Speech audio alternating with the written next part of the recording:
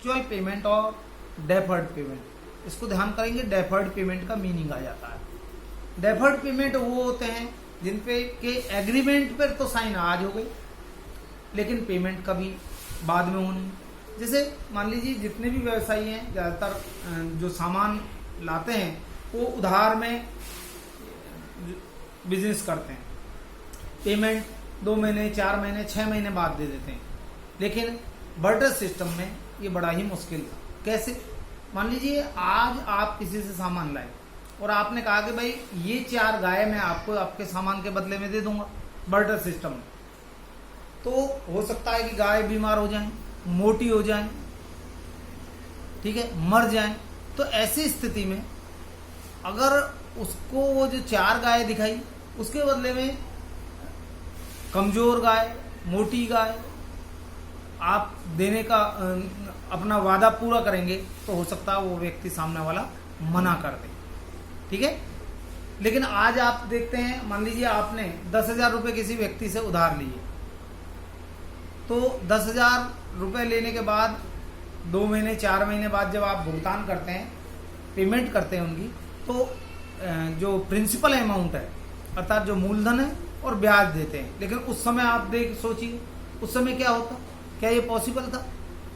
क्योंकि उस समय तो गाय, घोड़े, गधे और भैंसें दी जाती थी, तो ये बड़ा मुश्किल था। कॉन्ट्रेक्चुअल पेमेंट का मतलब है ठेके के भुगतान। कि मान लीजिए एक व्यक्ति ने एक पुल बनाने का ठेका लिया, कॉन्ट्रैक्ट लिया, तो पुल बनने के बाद उसकी पेमेंट कर दी जाती है। लेकिन ये जो बार्टर सिस्टम था उसमें बड़ा ही कठिन हुआ करता था। इसके बाद है धन का या मूल्य के संचय में कठिनाई, अर्थात difficulty of store of wealth और वैल्यू। उस समय में वैल्यू को संचित करना यानी स्टोर करना भी बड़ा मुश्किल होता था। सेव करना, सेविंग जिसको आप कहते हैं। आज आप क्या करते हैं, मान लीजिए आपके पेरेंट्स की इनकम 20,000 रुपए है, तो उसमें से वो हर बार कुछ बचा कर रख लेते हैं। लेकिन उस समय बार्टर सिस्टम था, वस्तुएं थी, तो वस्तुओं में क्या, गाय, घोड़े, भैंस बचा कर रखते।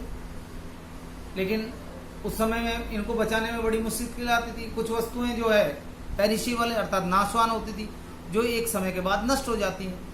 गाय, भैंस इत्यादि भी मर जाते हैं, कमजोर हो जाते हैं एज बढ़ने के साथ साथ। लेकिन आज आप देखते हैं कि आप एक छोटी सी पॉकेट में करोड़ों रुपए का चेक आप रख सकते हैं। लेकिन उस समय बड़ा मुश्किल था संचय करना, स्टोर करना, क्योंकि गाय भैंस अगर आपने स्टोर किए तो उसके लिए खिलाने पिलाने के लिए चाहिए, फिर उनका एक निश्चित जीवन अवधि होती है, उस कुछ समय बाद वो मर जाती है।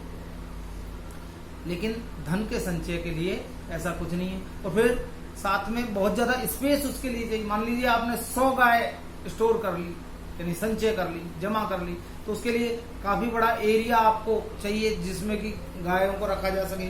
लेकिन मनी जो है वो छोटे से एरिया में बहुत बड़ी मात्रा में रखी जा सकती है, तो मूल्य संचय भी बड़ा डिफिकल्ट होता था।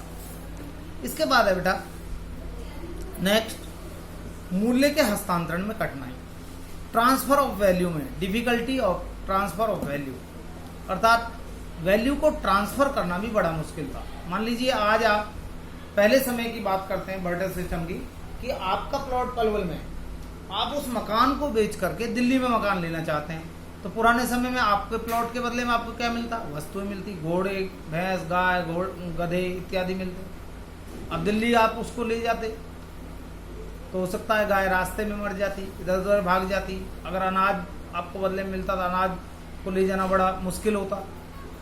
फिर ले भी गए आप, मान लीजिए जैसे तैसे, उसके बाद जिससे आप प्लॉट वहां दिल्ली में ले रहे हैं वो उनको लेने से इनकार कर सकता है। तो इस तरह की बहुत सी समस्याएं आपके सामने बार्टर सिस्टम में आती थी। आज आप इजीली चेक के माध्यम से, ड्राफ्ट के माध्यम से, बैंक अकाउंट के माध्यम से करेंसी का एक स्थान से दूसरे स्थान पर एक्सचेंज कर सकते हैं। तो ये आपको बार्टर सिस्टम की प्रॉब्लम्स बताई। इसके बाद बात आती है बेटा मुद्रा, मनी की परिभाषा अब हम डिटेल में पढ़ेंगे। मूलतः मेन रूप से मनी का प्रवेश विनिमय के माध्यम के रूप में होगा। तो मनी जो है वो प्रचलन में जो आई, सर्कुलेशन में जो आई, वो मीडियम ऑफ एक्सचेंज के लिए आई।